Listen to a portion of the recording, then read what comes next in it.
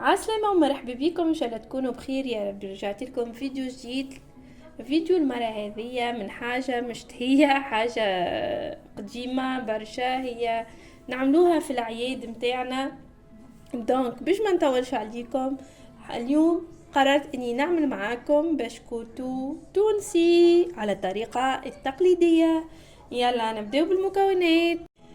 دونك بالنسبة للمكونات باش نستحقوا 500 جرام فرينة، 150 جرام سكر أي ما يعادل كيس، ساشي سكر فاني، 3 كعبات عظم، 200 مليلتر زيت نباتي، نجمو خلطو زيت وزبدة، نجمو نستعملو زيت أكاهو، واحدة خميرة جاتو سامحوني، واحدة خميرة مرتبات، مغرفة صغيرة قشور ليمون ولا برتقان، و50 جرام جرجلان.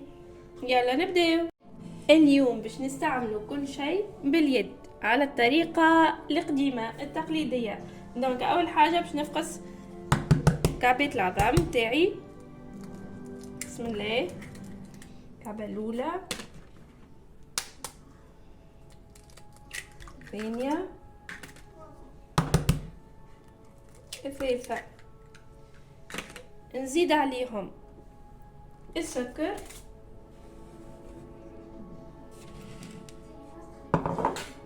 ونزيد عليهم السكر فاني،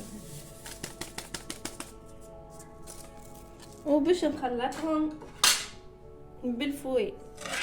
مانيش نستعمل ركادة، نجمو تستعملوا يدكم وتخلطوا بها، اما اللي عنده فوي هذا يخلط بها خير. حرك بقوة لين يذوب لي هكا السكر والسكر فاني بالطبيعة. هوني بعد ما كملت خلط حتى لين ولا اللون ابيض، باش نبدا نزيد في الزيت تدريجيا ونخلط حتى لين نكملو.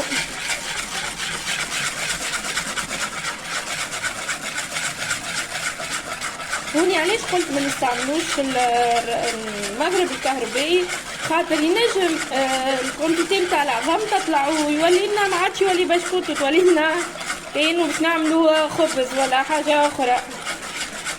دونك هذاك علاش ما نحبش الكونتيتي نتاع العظم تطلع، ومن نحبها تولي جديده. دوا شنو باش نزيد؟ هكا كعبات القشور نتاع البرتقال سامحوني، ونخلط كيف. توا باش نزيد الجرجلان نكلو. بسم الله. ندخلو، شوفوا لون محلاه ولا وتوا باش نبدا نزيد في الفرينه. شو عملت؟ خديت الفرينه متاعي قسمتها على زوج صحافي باش نبدا نزيد، وغربلتها بالطبيعه باش نبدا نزيد بشويه ونخلط، باش خاطر تنجم تكون تستحق 500 جرام كيما تنجم تستحق اقل. باش نخلط كل شيء بيدي. هوني مازال تستحق، دونك نكمل الكميه الكل بالطبيعه مغربله قلنا، وما ننساوش راهي باليد. هوني زدت الفرينه خاطر دونك كملت الكميه الكل، خاطرها مازالت ناقصه، باش نزيدها شويه اخر. هذيك علاش قلت انتوما ونوع الفرينه. دونك باش نستحق 500 جرام فرينه. ما ننساش بالطبيعه ساشي متاع خميرة المرتبات. يلا هوني كما قلت راهي تتلم بالسويبة. نعاود ونقول راهي ما تتعجنش. اهو هكا. بسم الله. هوني كما تشوفوا تحصلنا صايي على عجينتنا. شوفوا قداش طريه وميم طون تتلصق في اليد. دونك باش نعملها بالطريقه هذه كما قلت. توا باش نبدا نشكل فيها. ناخو بابي كويسون والا بابي ترانسبارون والا هكا كان عندكم سيليكون كي من هذيا باش نجموا معناتها ما تلصقش العجينه فوق البلان دو ترافاي.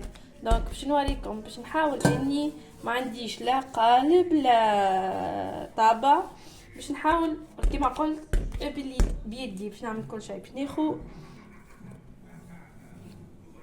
ونحاول اني نعمل دي بودان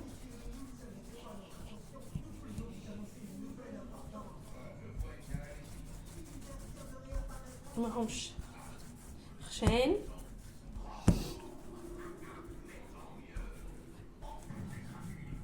هكايا. هوني بعد ما طرحت البودان حاول اني نقصها قد ليهم خشين وليهم شويتين. نوريكم من بعد كيفاش نزينهم من فوق باش يظهروا كأنهم معمولين في الرحاء. به ناخذ كعبه مثلا هذه بالطبيعه خذيت بابي كويسون فرشته فوق الطبق نتاعي، ناخذها ونعملها هكا تشريفات صغيرين. شفتوا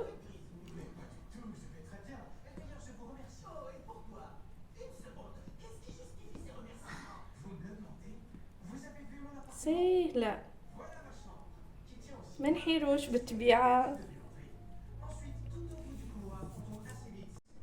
وهذا الطبق الاولاني كملت حضرته، حطيت الفرن متاعي يسخن على درجة حرارة 180 درجة. دونك باش نحطه مدة 20 دقيقة. توا باش نحضروا مع بعضنا تشكيلة اخرى، اما المرة هذية باش نحضرها في شكل كعك. يلا استنوا توا باش نوريكم الطريقة الثانية. توا باش ناخذ العجينة اللي بقاتلي ونعملها في شكل كعكيت صغير. يعني نوريكم الطريقة اللي هي بالطبيعة نطرح العجينة بالقلقال. هوني ماهيش خشينة وماهيش جويدة خاطر بطبيعتها فيها الخميرة وباش تزيد تتحلي في الفور. ناخذ كيس عادي. اليوم كل شيء بالحاجات المتوفرة في كل دار ونقسمه هكايا، نعمل بيه دوائر.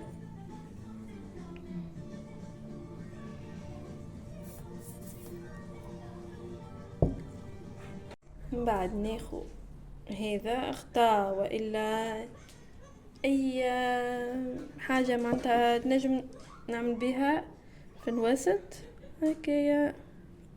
يب بالطبيعه من بعد نحيها. يب